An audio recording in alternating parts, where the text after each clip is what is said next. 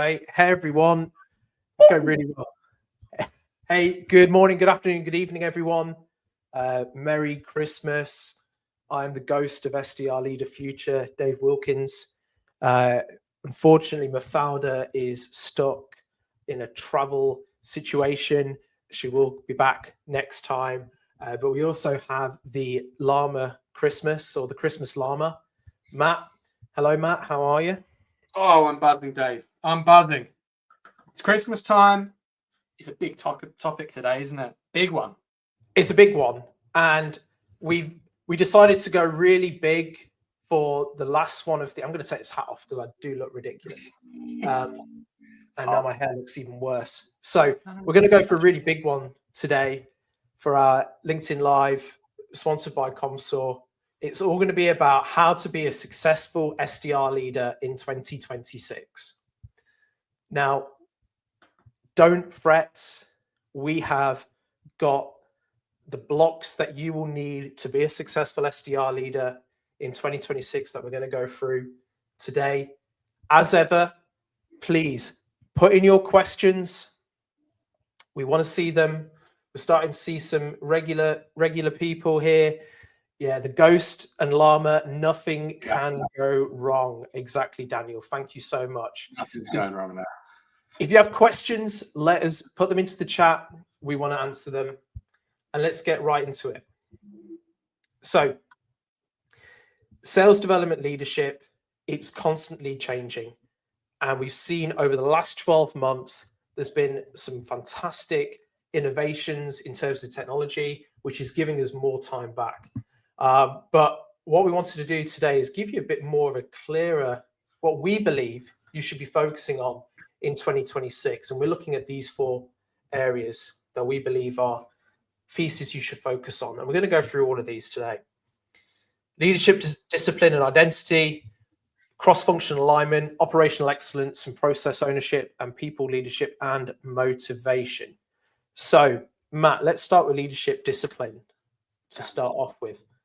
Damn. Okay. What are the stuff that leaders should have been doing over the last couple of years that they should really be focusing on looking at doing in 2026?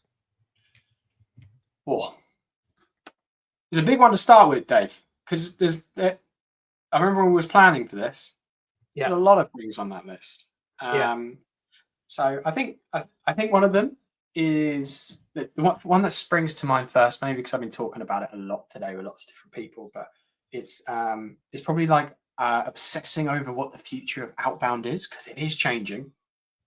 Yet we're sticking to the same old stuff. Like calling is still pretty much the best channel there is, but all that other stuff that we spend loads and loads of time, and the team spends even more time doing around like email outbound and all that sort of stuff, that's changing so quickly. So if you haven't already been obsessing with all the changes to do with mailbox infrastructure and how we do that, and whether or not SDRs should do their own sequences or not, I think that's one of the big ones, because to be honest, there are tools now that will now enable us to, all that time spent creating those sequences and sending all those emails instead of cold calling, we can now just take off their plate. So I think that's one of them. And I think a lot of it is around like the use of AI. Like we've been obsessing over AI to make things easier. Nice little shortcut here because I can use AI. And reality is that's not how it works. You know, it's all about the source material and the content that we give AI. The more we give it, the better it produces stuff. So instead of obsessing over how do we use AI to make shortcuts, how do we use AI to leverage it in a way which means we're taking all that crappy admin that's time wasting for our team off their plate. They're just a couple of ones. There's the classic ones about obsessing over training. If you haven't been obsessing over training over the last 2 years, 100%, a good old look in the mirror and become obsessed with it, because training solves so much. Simple. If there's a problem, there is always training that can solve it. And it's such a fantastic learning experience. You can then teach this to the rest of the team, and bam. Oh, I could go on, Dave. I could go on. Thank you very much. For the watchers, Dave's been so keen to press that button. Yeah, I found a soundboard on the recording, so you're going to have some sound effects today. So what about then for on the leadership side, and maybe this is something maybe I can talk about as well, around all of these really great innovations that we're getting. It means now that we're getting more time back as leaders. And so now leaders can focus on leading and thinking longer term and more strategically about what their SDR function is really going to look like. So what does this mean? So if we bring this back up, now's really what we're starting to see in SDR leaders of EMEA, SDR leaders of USA, and SDR leaders of APAC is leaders that are figuring out, okay, this is what the next 24, 36 months is going to look like for our SDR org. Now, that sounds pretty optimistic and pretty crazy. So much things change. But it's now a really good opportunity to start building out your North Star. Where do you want this team to be going in terms of revenue contribution, in terms of talent development?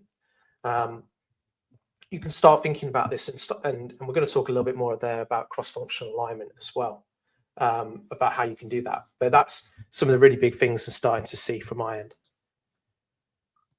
Do you think 2026, Matt, is going to mean, with all of these advances in technology and bringing time back, that SDR leaders can now really focus on their team being the priority? Yeah, and to be honest, right, just because new technologies come out, the second bit should always be the case anyway. Team should always be the priority. And this is one of the challenges with all this technology coming out. It's such a huge distraction because it's either really exciting or we see other people be successful with it, whether that's truthful or fugazi. And, in reality, does it actually help our team do what they need to do? Does it help them book more meetings? Does it help them qualify better? Does it help them have more conversations?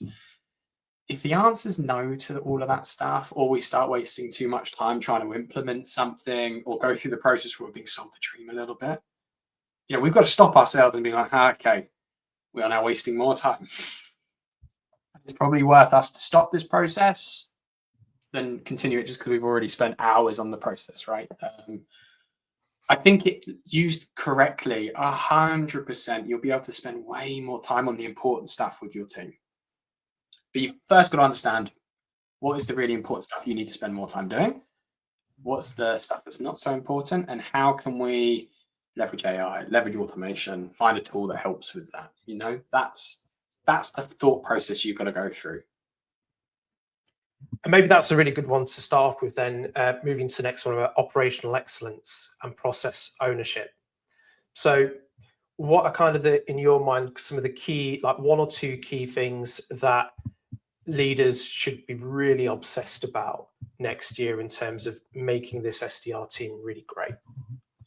Yeah, again, it kind of all comes back to that conversation piece, doesn't it? Right. So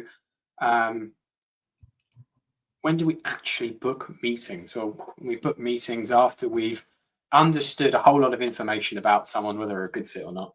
And we have a good conversation with them and make sure that we make them feel heard and understood and help them go along the decision process. Yeah, this is a good idea to begin having a more detailed chat about solving this problem.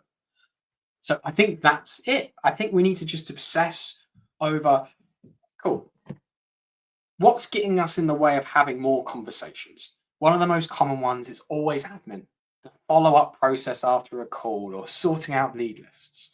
So there's some really good areas to start focusing on to, automate and improve operationally.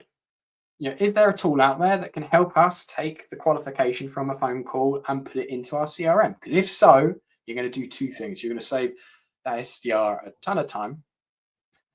And also, you're going to probably get way more information because a lot of the time we don't always do it, do we, right? So I think that's one of the ones as an example. Like that admin piece after a call. Can we collect all that information, get it in our CRM, and make sure the AEs also had it shared with them and so on? Fantastic.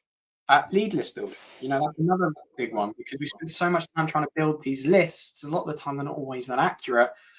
So is there a way we can make sure we truly understand who our ICP is and build out lookalike audiences? Now, Data tools are, again, I'm with one myself, and we're getting so much better at building filter lists where you can put in the filters around who your ICP really are based on who you've closed won, and then have a process to make sure those are being distributed accordingly to people, and that then they can leverage AI for all the research. Why are we even reaching out to these people? What signals have we seen? I think they're two of the places which will mean that you will have so much more time, because it's something like, I think SDRs spend something like, we stuck our hands up in that meeting the other week, Dave, and it was between 8 and 15 hours on admin for these two tasks. Yeah. Oh my God. Correct. Yeah. Oh my God.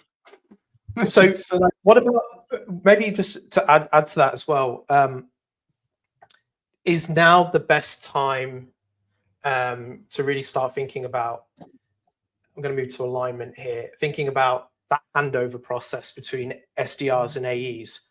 What's the kind of things that you would look to be doing in terms of getting that cross-functional alignment really tight? One of the biggest ones, and this is only because this is probably one of the biggest complaints we always hear, whether we're talking to SDR leaders, SDRs, AEs, or heads of sales, there's always this sort of disconnect between qualification. This booking's not qualified enough. SDR, you're asking me too much. I can't qualify all of that in a call. So this is one of my favorite ones. It's usually the one that has the biggest impact on that AE sales and sales development function, to get everyone into a room and actually just get everyone just to hash it out. What is acceptable qualification? And you put it on the sales team. If they were doing outbound, what do they think is possible? And then you put it on the SDRs, and you go back and forth, and you go, cool, for us to accept a meeting, we need these 3 things. And then it's that meeting sits, well done. Get everyone to agree with it. And this is a process. It does take a bit of time, but get everyone in a room. Once everyone says yes to it, you've got verbal commitment from everyone. And brilliant. Then you just train on making sure we gather that information when we're having calls with people. We train to make sure that we're digging pain in the correct way that hits the nail on the head with what we've all agreed is acceptable qualification. And then you end up seeing that process become absolutely seamless. The SDRs are now empowered to be like, hey, I've got the qualification that we all agreed to.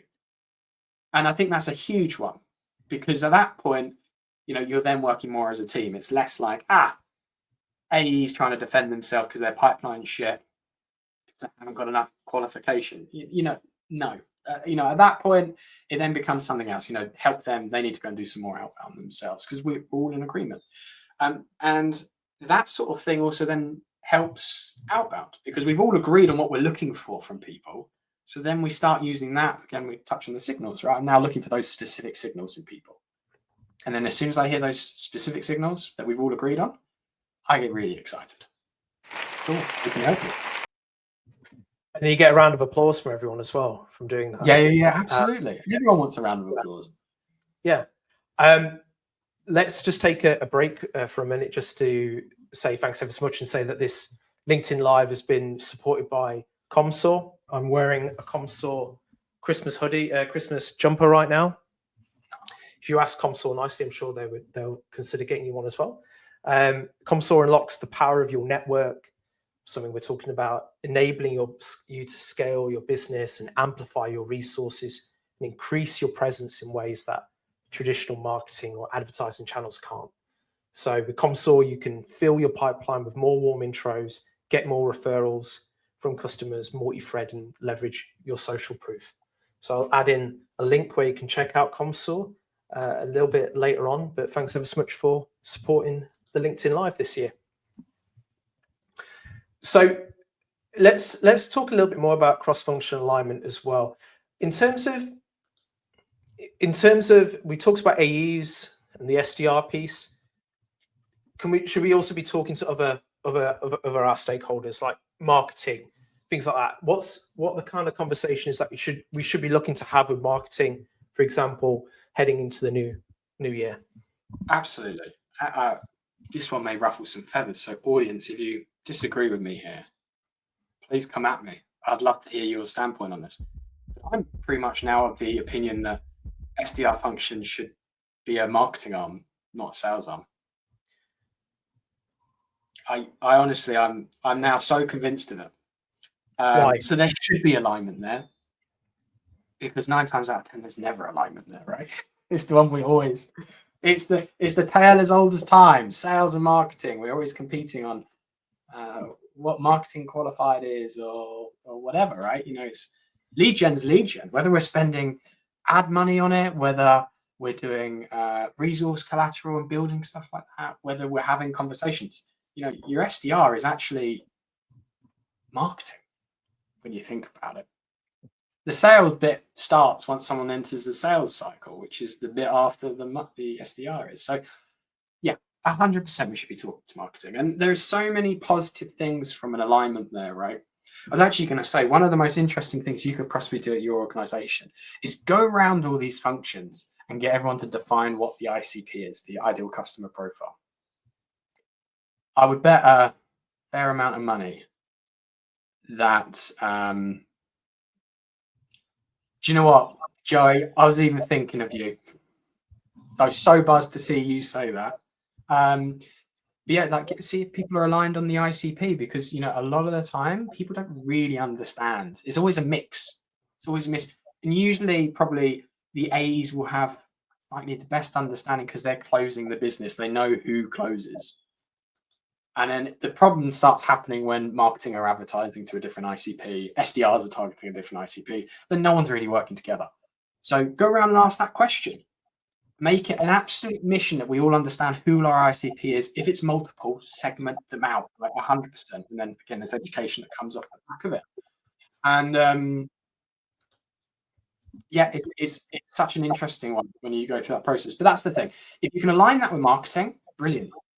Resources. I'm obsessed with sending people resources. I call it like value added prospecting or value added marketing. If you've got that aligned with marketing and you're an SDR, I'm sending someone a how-to guide on how to do everything that our service offers. People are going to want that.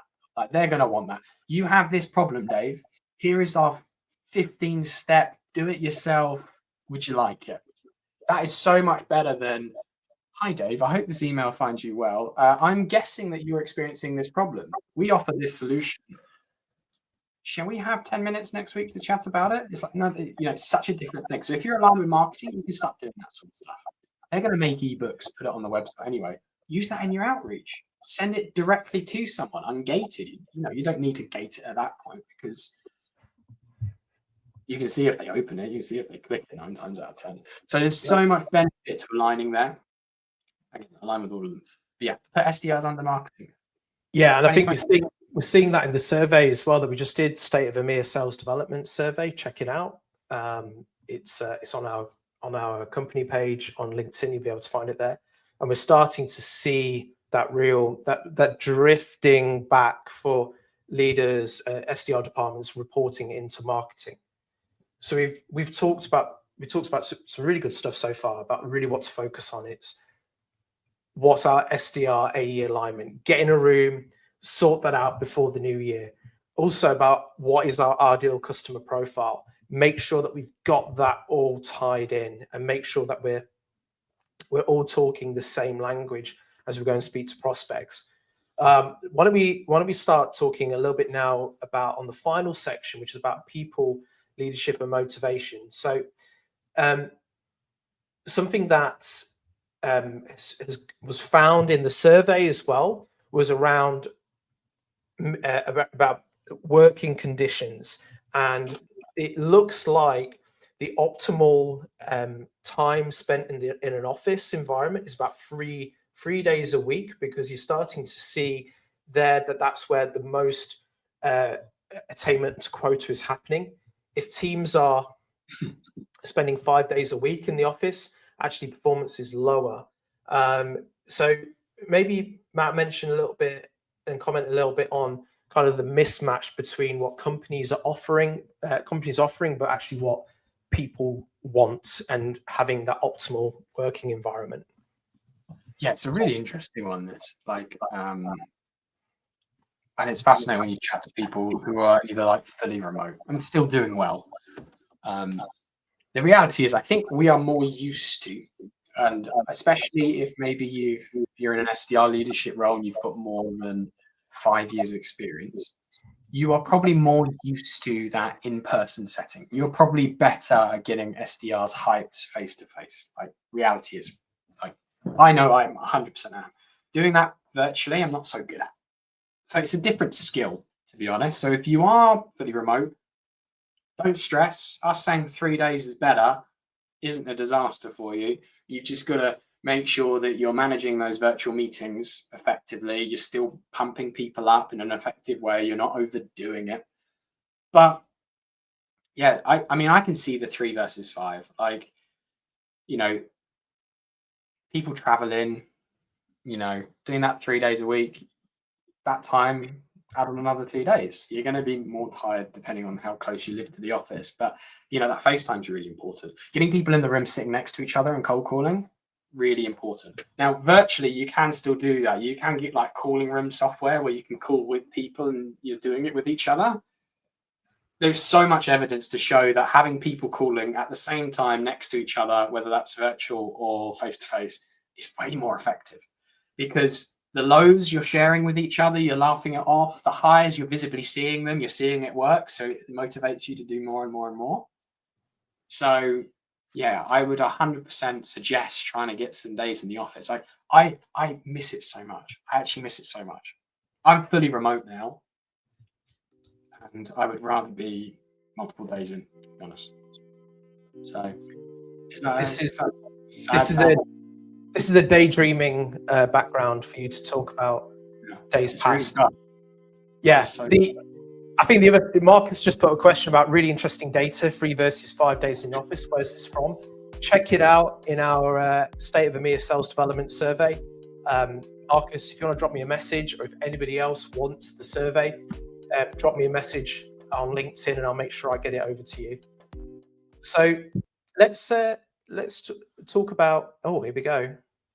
Somebody said, working fully remote for the last 4 years hasn't changed my productivity at all.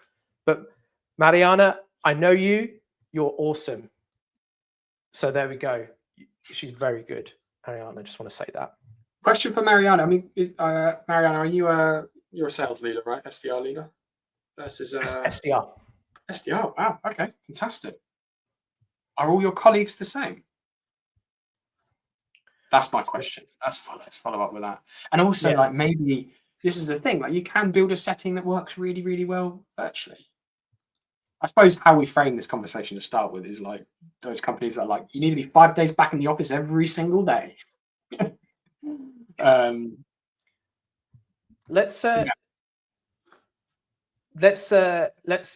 Marina saying thank you. Yeah, you're welcome. And then somebody else, Jennifer. Great to see Jennifer here. Our office is 4 days a week. Definitely the team are flagging by the end of the week. Look at the data, and this is something else to think about as well when you're thinking about one of the couple of things to focus on for next year. Is we're giving some advice here and some options. You can't do all of them. You got to think about a couple of things to pick out from, and using the survey and that kind of, the data. I was trying to use a long word. I'm from Leicester, so I can't use them. Using that data for your execs to see is really going to help make business cases. So let's start getting around the back end of this race. We're coming up to the home straight. Another piece as well to consider is around people's motivations, and how you can't assume somebody's motivation. They could be money driven, they could be career driven, they could be family driven. How is it that you've done it in the past, Matt, to try and figure out what makes people tick and to get the best out of them? Yeah, I mean, I usually approach motivation from 2 different angles, right? First, there's the goal of us and the company and the team, right? That's one big thing. And that has to be a big thing. And that has to be our North Star with everything. Like, what are we actually trying to achieve here? Revenue, pipeline, number of customers, number of meetings, how much data we've qualified, North Star. And we're all working together as a team of that. We should all know what that is off by heart. Everyone should know it. You should repeat it all the flipping time. Daily. Check in. How are we doing? How's everyone contributing? Let's celebrate all those people that are doing that and achieving those goals. And then separately, there is the individual goals, exactly like you said, like, what do people really want?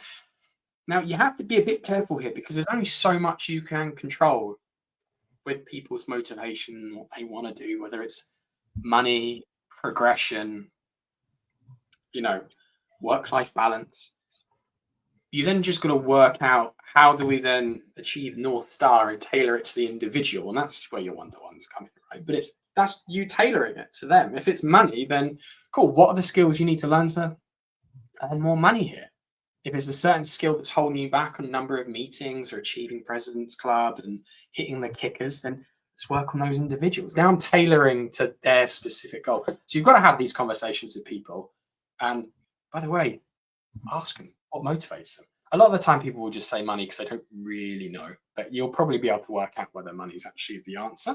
Sometimes you'll see that people just respond really well to just people liking them and being positive about them, about how good they are. So cool, you link that to their performance.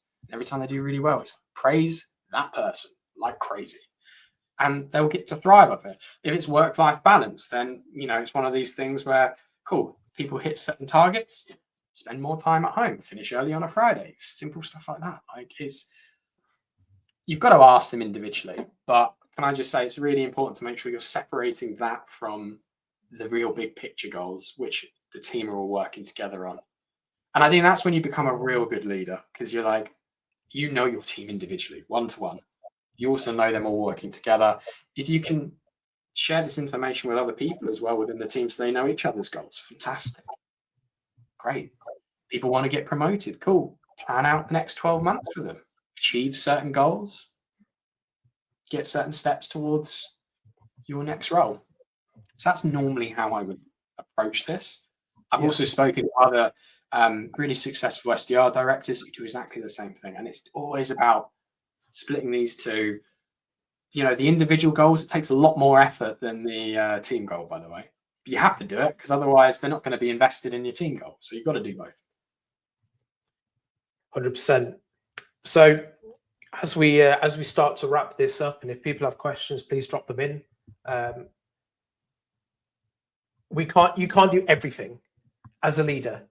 You can't do it all, and no one is expecting you to do it all. I promise. It might feel like that sometimes, but you can't do it all. What we were trying to show today is look at these quadrants.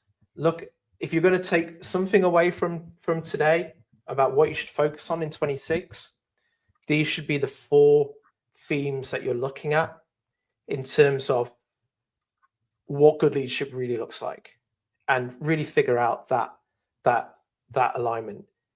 About owning the mechanics, really make sure that you know exactly the heartbeat of your team. Cross-functional alignment. If you can fix one of those pieces of cross-functional alignment between marketing and sales, it's going to set you up to have a really fantastic year. And then people, leadership, and motivation. You can't lead if you don't understand the individual. You don't know how they click, don't know what it gets the best out of them. So look at this, take a screenshot, come back to this, and go away and think about, okay, what are the couple of things that I can be doing next year in each of these quadrants to really ensure an amazing year. Matt, do you have any final thoughts for today? No, I think this is one of the toughest things we've got to do as SDR leaders is like, what are the areas I should work on and how do I prioritize them? At the end of the day, this always comes back to what we started this conversation with. It's like, what moves the needle with the SDR? What gets them doing more of what they need to do? The music there. So really just like look at that. Where are people spending their time? What's getting them down? What's getting them doing the right stuff? And I think actually maybe we just finalize one on Jennifer Hicks's most recent comment about A's and CS only doing 2 days and the other and their team doing 4. Really move the shift away from focusing on the A's and the CSMs with your team. Like, celebrate the fact that you're doing 4. I know it's a bit shitter than every other team, but that drives more results from your team. And they're superstars for doing it. They're working harder than everyone else. You can shift what the story is on that. 100%. So, 100%. Yeah. We're out of time. I'm going to go and deliver some more presents.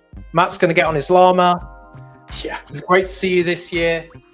We'll see you again in 2026. Have a wonderful rest of the week, everyone. See ya. Merry Christmas.